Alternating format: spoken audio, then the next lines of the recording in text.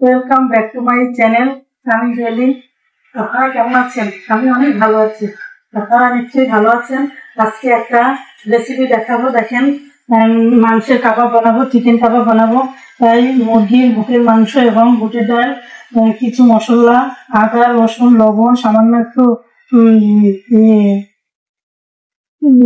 সামান্য হলুদ, লবণ দিয়ে মশলা দিয়ে সেদ্ধ করে নিয়েছি। সেদ্ধ করে শিল্পটা কেটে নিয়েছি।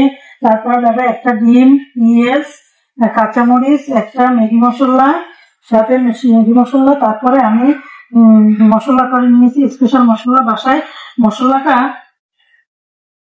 মশলাটা নিয়েছি আমি আলাদাভাবে।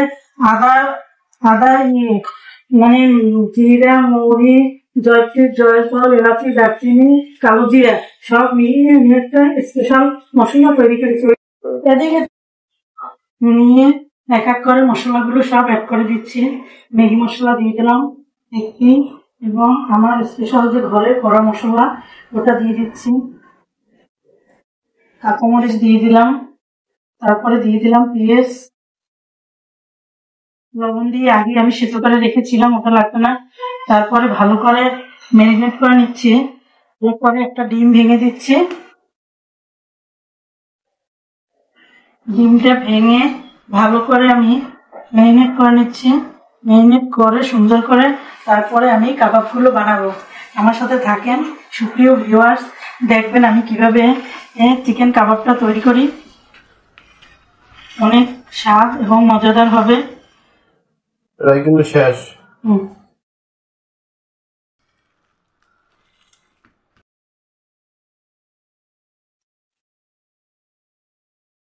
হাতে তেল মেখে নিচ্ছি।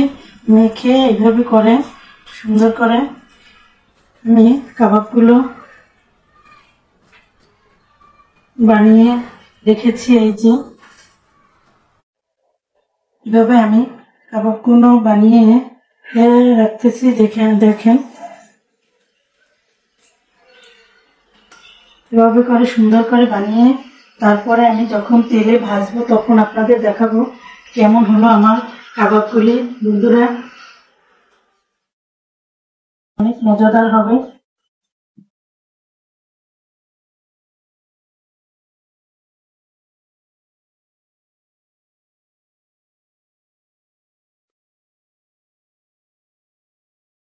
কাবাবটি এই যে আমি বানিয়ে ফেললাম।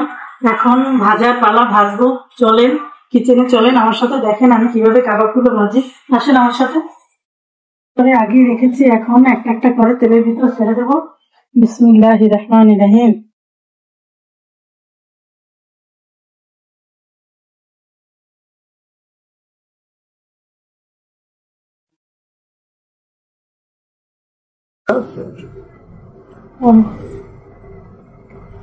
বুঝলি তো পারে।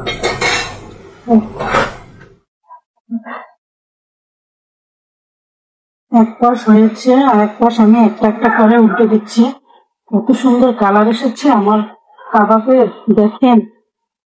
ইয়ামি হয়েছে, অনেক ইয়ামি হয়েছে। উল্টে দিচ্ছি, এপাশ হলে পরে তারপরে উঠাবো। হয়ে গিয়েছে, এখন আমি উঠাচ্ছি কাবাবগুলি।